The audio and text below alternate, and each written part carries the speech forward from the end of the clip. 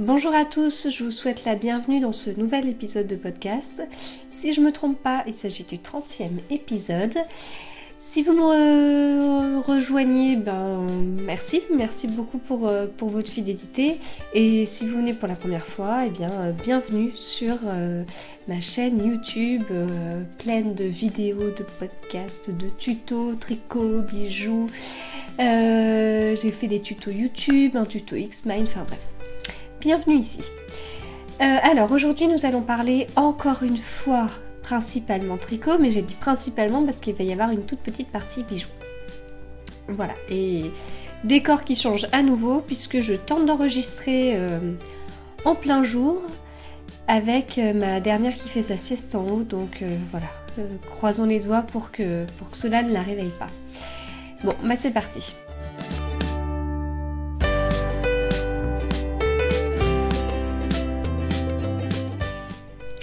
Alors, dans cet épisode, je vais vous parler de ma schizophrénie, des deux tricoteuses qui sont en moi, qui tricotent totalement différemment.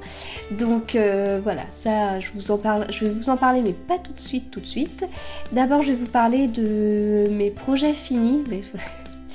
Enfin, vous allez vite déchanter quand je vais vous expliquer. Il y en a un, je l'ai pas avec moi parce que c'est un col que j'ai tricoté pour mon fils et il est à l'école là en ce moment, donc voilà, forcément vu les températures, il ne pouvait pas partir sans son col. Donc c'est un col que j'ai tricoté en point de blé. J'ai suivi des explications parce que moi je suis toujours nulle pour savoir le nombre de mailles à monter et tout, donc voilà, je préfère prendre un modèle, surtout c'est un modèle que j'avais déjà tricoté pour ma fille aînée. C'est un modèle que j'ai fini, je crois que ça devait être la veille de la naissance de ma dernière. Il s'avère que la veille de la naissance de mon fils, j'avais fini de tricoter un col pour ma grande et pareil pour la veille de la naissance de ma dernière. Voilà. C'est comme ça. Et donc voilà, je lui avais tricoté un col avec un poncho et en fait ça ne lui a jamais plu. Donc je garde tout ça bien sûr pour sa sœur et sa sœur arrive déjà à porter le col, donc c'est très bien.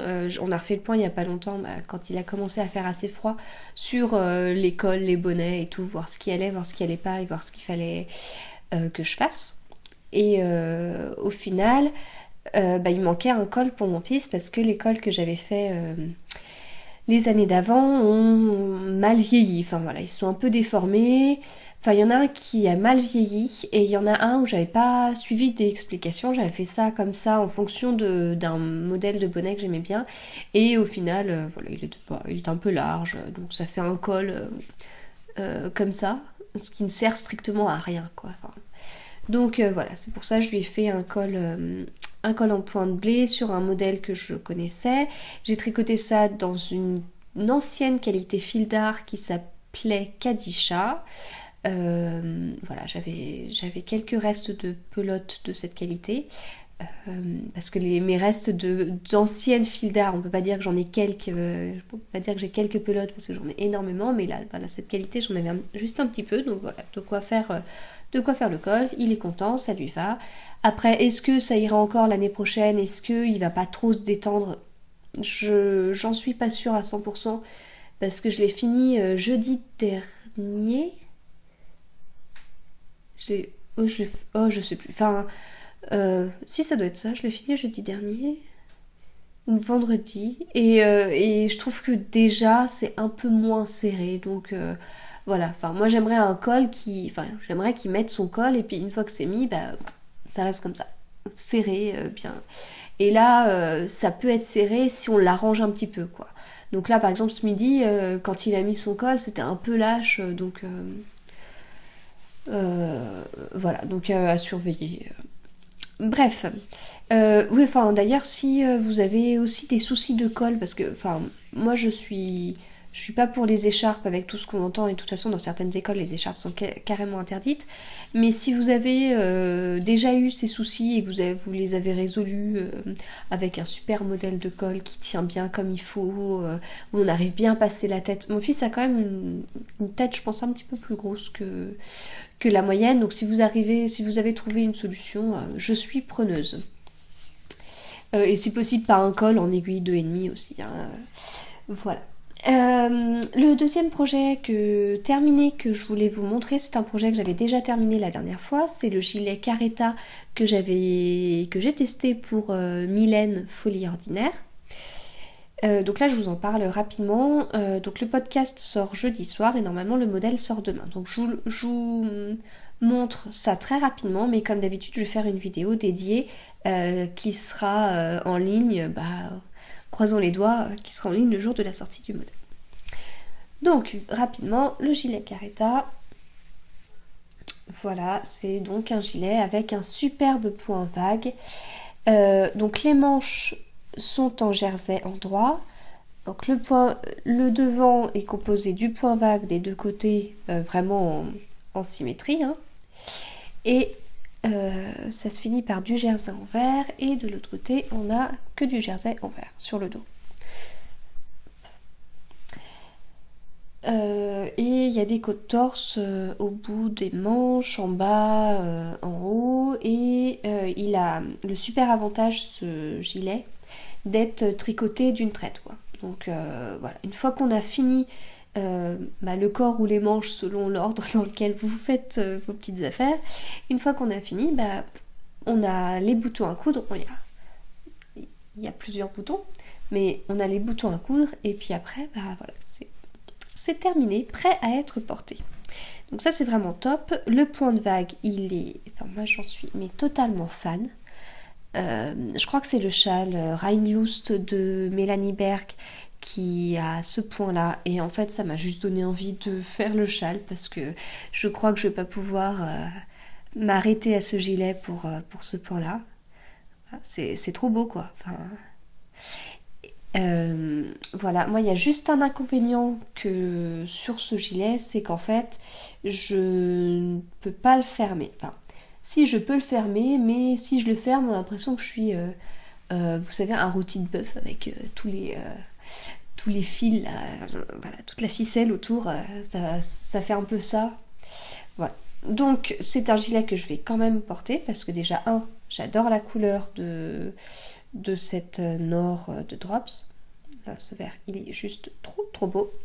Et j'adore trop le point vague. Et puis en plus, ouvert, de toute façon, je pense que... souvent je porte mes gilets ouverts, donc ça ne me gêne pas. En fait le souci que j'ai eu c'est que alors l'échantillon, je le précise surtout pour la suite, l'échantillon bloqué en jersey est très bien, voilà, parce que c'est un gilet et que je l'ai tricoté en aller-retour, voilà. Donc ça pour le moment vous comprenez peut-être pas, mais pour la suite ça a son importance. Le souci c'est l'échantillon de la partie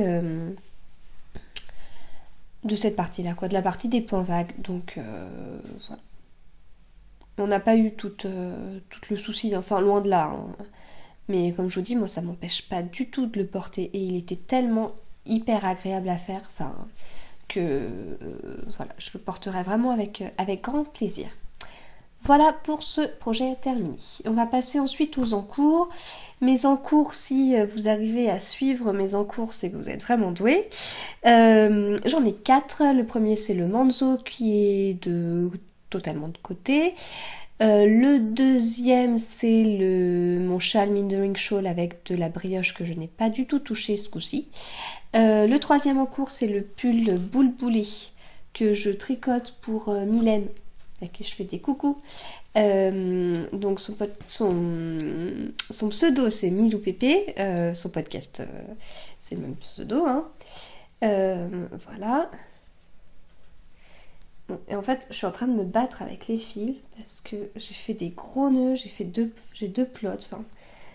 En fait pour être tout à fait honnête, j'étais en train de tricoter, j'étais en train de défaire mes nœuds, ça m'a gonflé et je me suis dit je vais enregistrer mon podcast demain. Voilà. Alors j'ai pas beaucoup avancé depuis la dernière fois. C'est quand même mieux d'enregistrer en plein jour, hein, parce qu'au niveau de la lumière, puis là il y a un grand ciel bleu, il fait froid mais il y a un grand ciel bleu, donc je pense que au niveau de lumière c'est quand même pas mal, hein. Je dis pas qu'on est en plein été, mais donc voilà, je teste ce modèle en taille 2 ans pour ma dernière. Donc, on a toujours le point de blé qui est qui rend vraiment trop bien avec cette laine. Donc moi je tricote en Baby Merino de Drops. Et voilà, j'adore la finesse du point. Et en fait j'ai laissé le corps de côté pour tricoter une manche. Ce qui fait que j'utilise la technique de Mylène qu'elle a appliquée sur son manzo. Et je trouve que c'est super. Voilà. Donc là du coup j'ai la manche. Un petit bout de manche qui avance.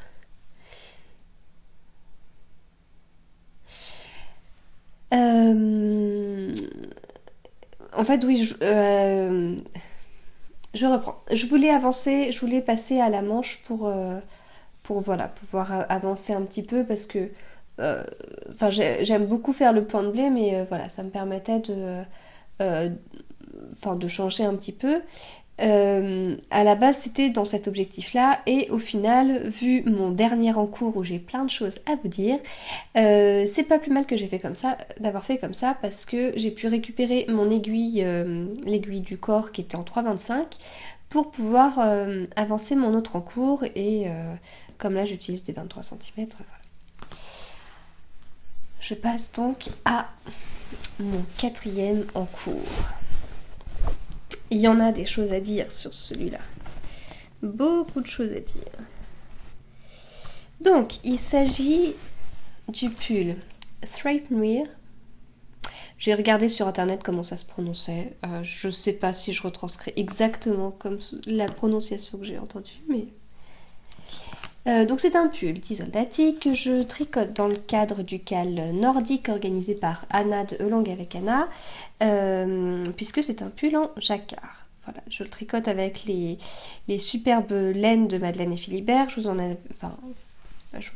ai déjà parlé, à quel point je les adore. Donc j'ai utilisé le vert Belfast, le jaune Rome et le gris Cologne.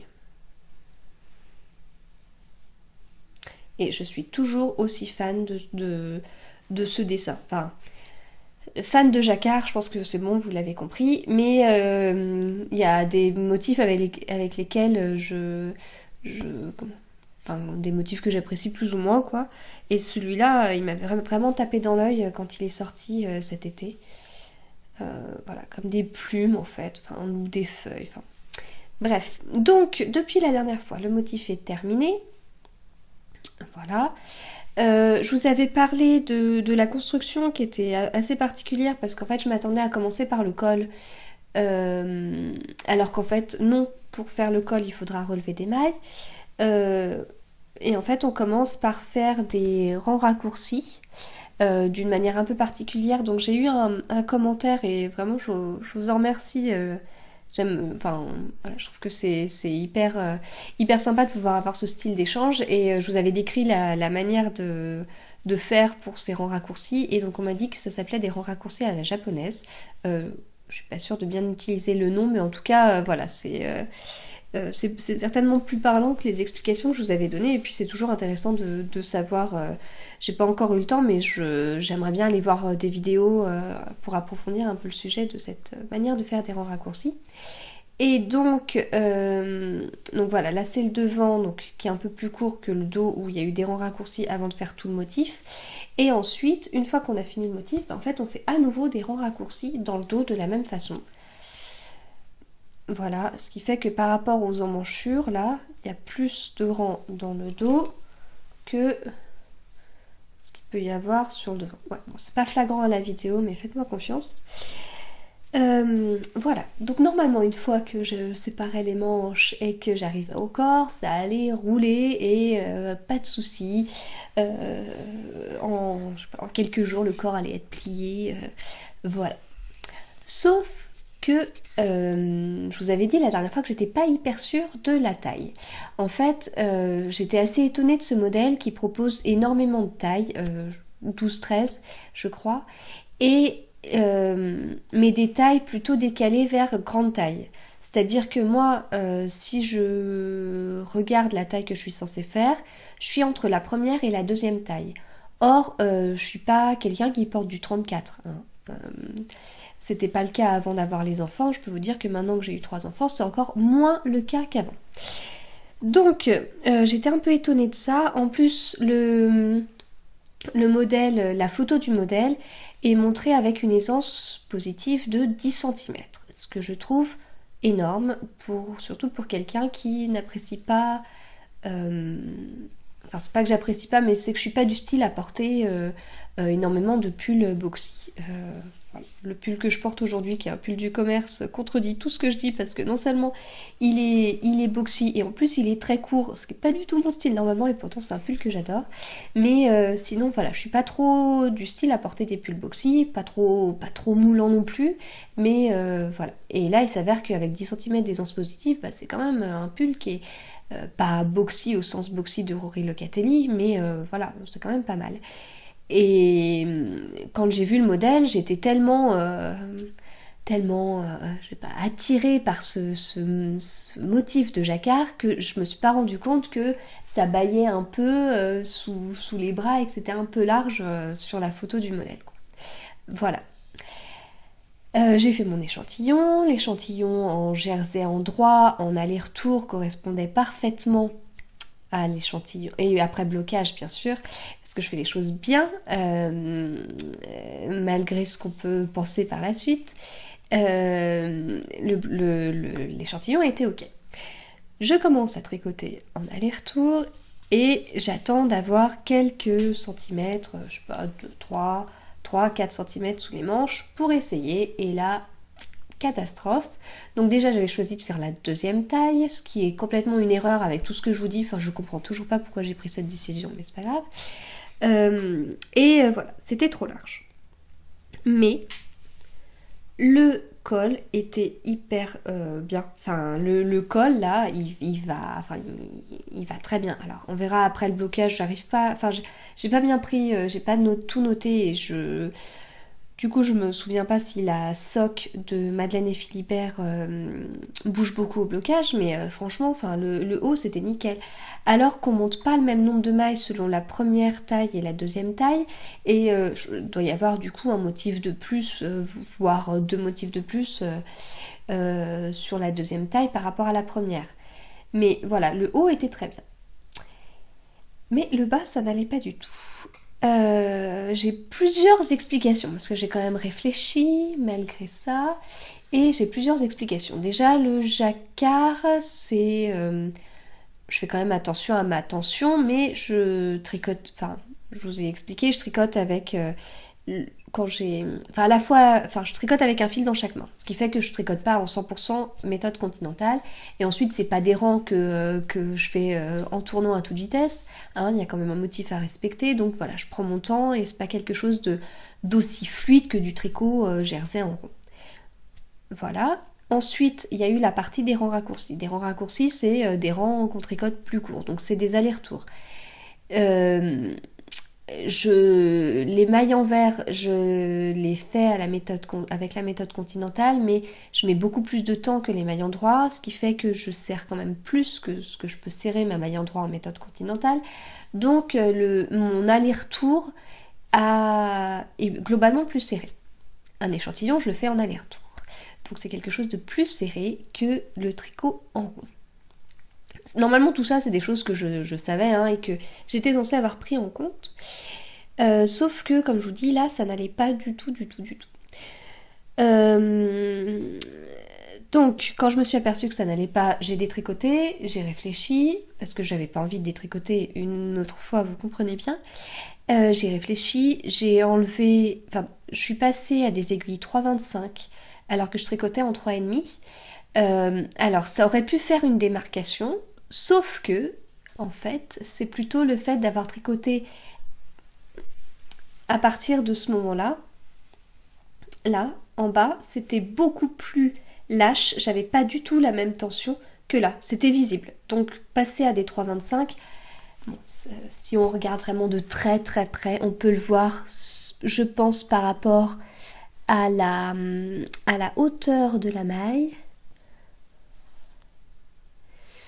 On peut peut-être voir que j'ai changé de numéro d'aiguille entre là et là, mais franchement, alors je vais vous prendre plutôt le dos puisqu'il y a plus de mailles faites avant. Mais la différence est quand même...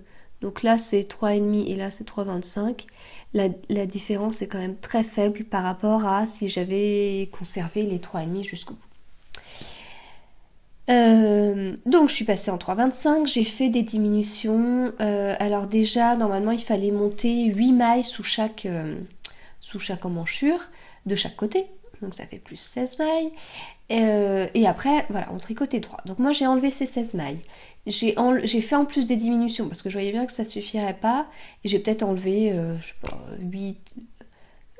8 mailles. Non, 12. Donc 16 mailles plus 12 mailles. Oui, c'est ça. Mais je les ai enlevées très progressivement.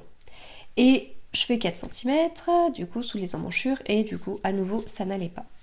Je pense que c'est parce que je les avais faites trop progressivement, en fait. Et je pense que ça n'allait pas parce que là, je m'approchais peut-être de la forme initiale du modèle qui est au final trop boxy pour moi. Donc, j'ai recommencé encore. Donc, j'allais repartir pour faire ma 3e séparation des manches. J'ai continué avec les aiguilles 3,25 et là, j'ai diminué sévère de chaque côté. Voilà, j'ai tout noté dans Ravelry. En fait, à chaque fois que je tricotais un rang, je notais dans mes notes Ravelry. Donc c'est plus pour moi parce que je pense qu'il n'y a que moi qui suis...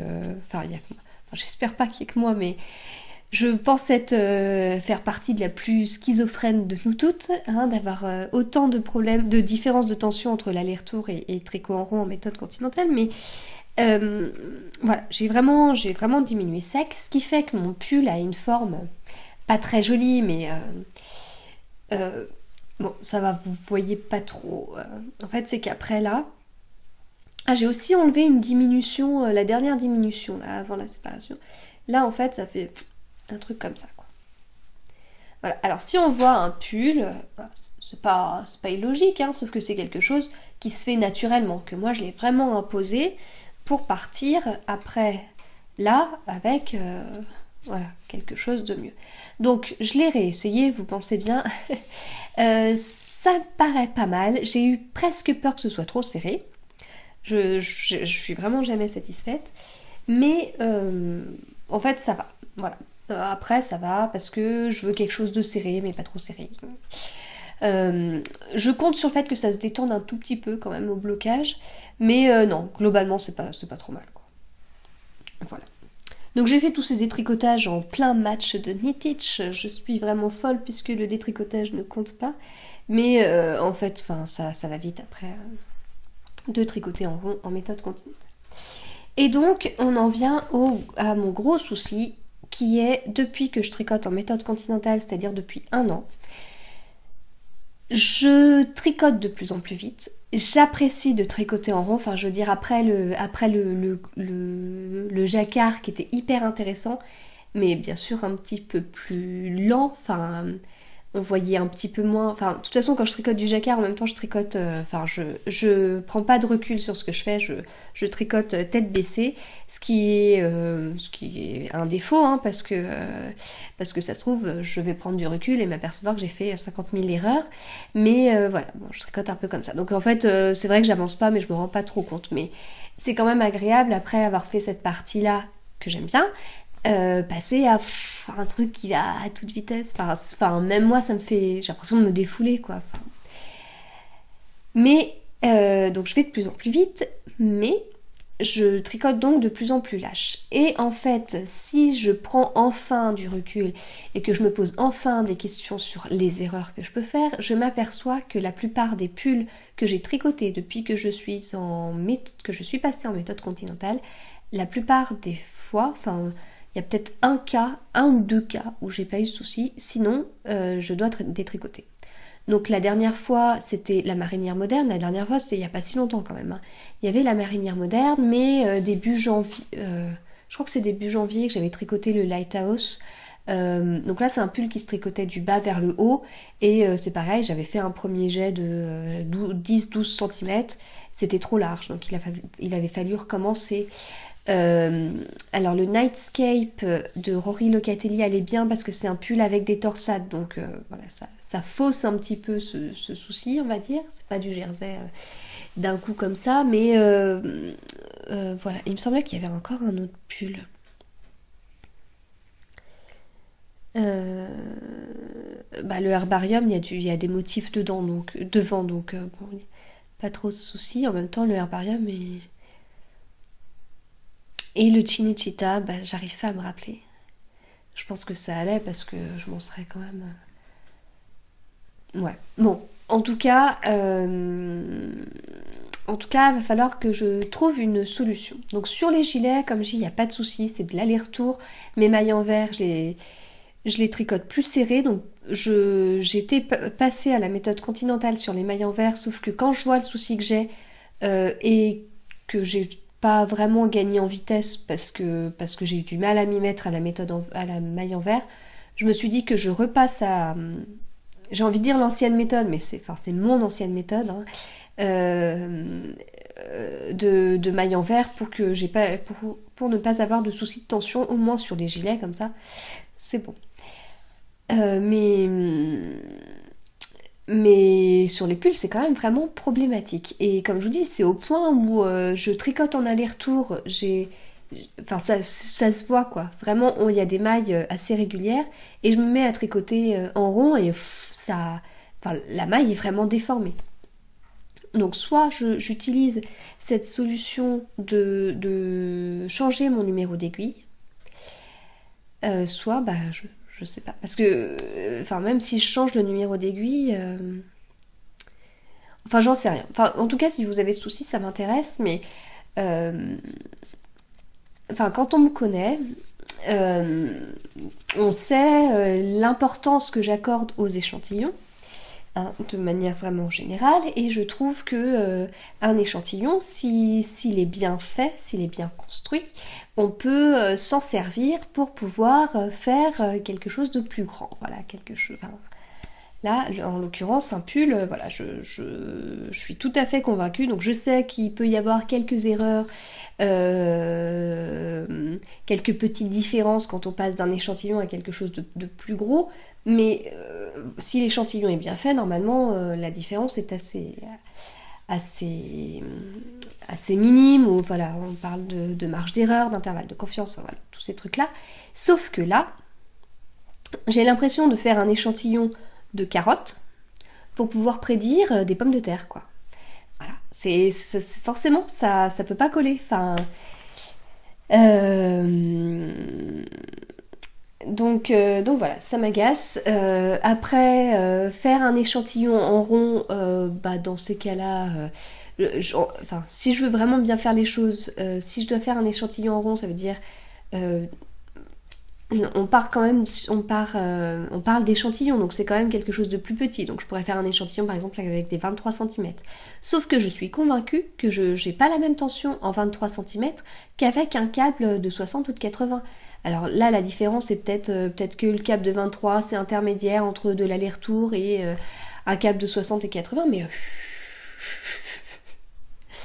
c'est un peu tordu là. Et donc, justement, les manches, je ne sais pas ce que ça va donner sur mon pull. J'en suis pas encore là.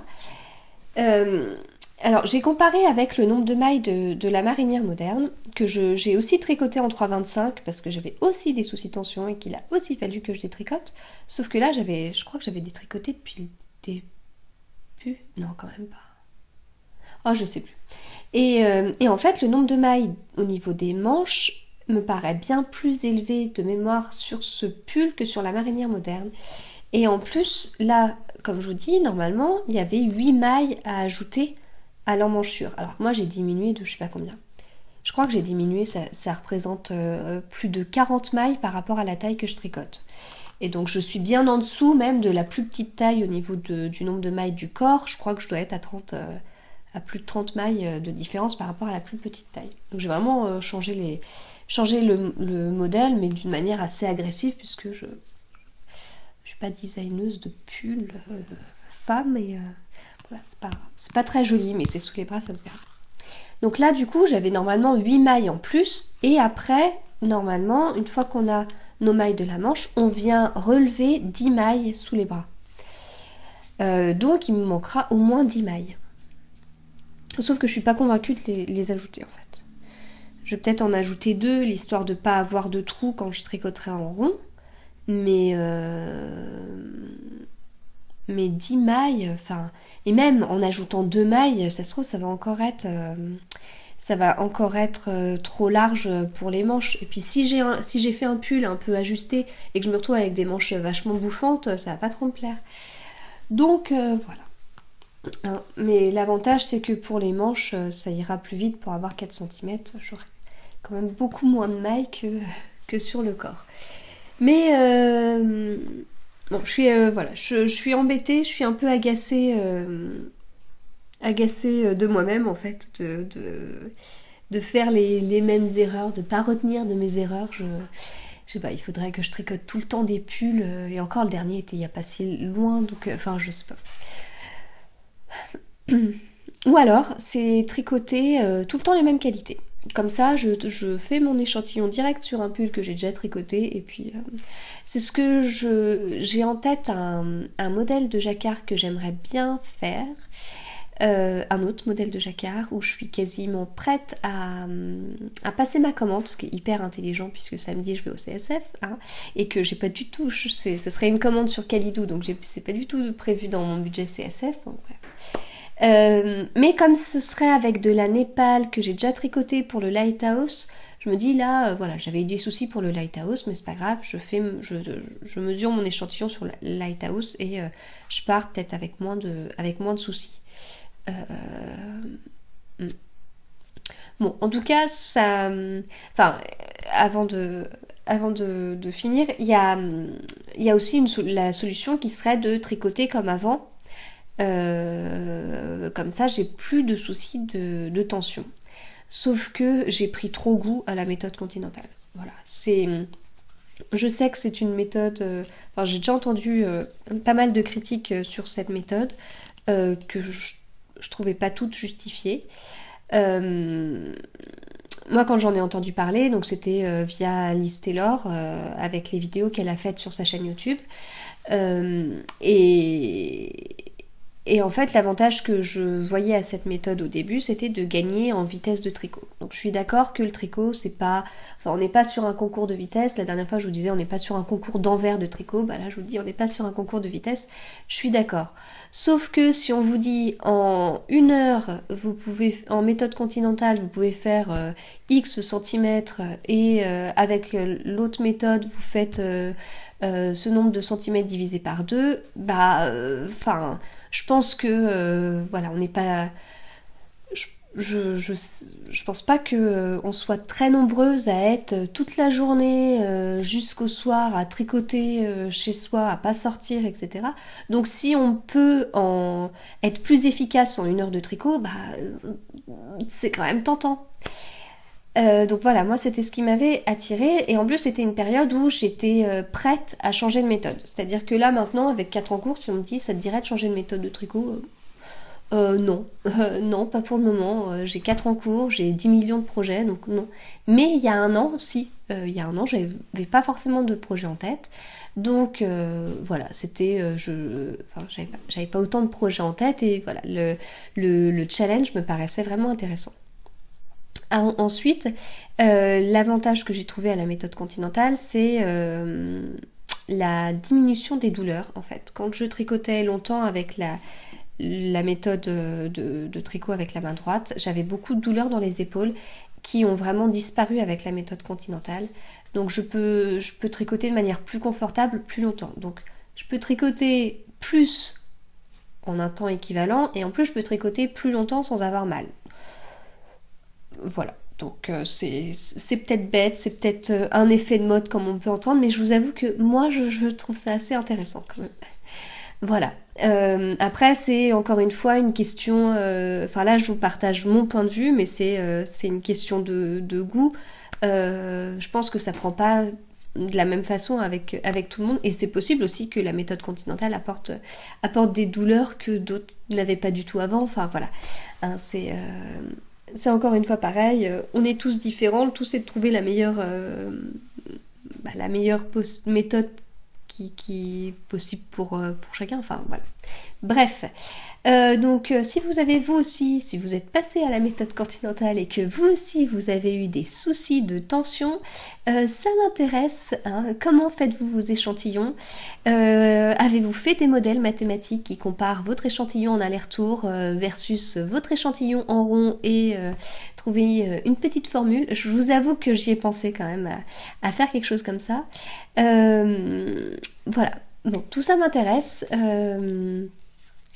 Sinon ce modèle est toujours aussi super, hein. Vraiment j'apprécie toujours autant le tricoter, si bien que comme vous l'avez compris, j'ai un autre modèle de jacquard en tête qui n'était pas du tout prévu. Voilà, bon, j'ai fait le tour sur le tricot, mais en fait j'ai pas fini tout à fait parce que je voulais juste vous montrer les derniers petits bracelets que j'ai fait. Voilà, besoin d'idées pour les cadeaux de Noël, donc j'ai refait des petits bracelets tout simples.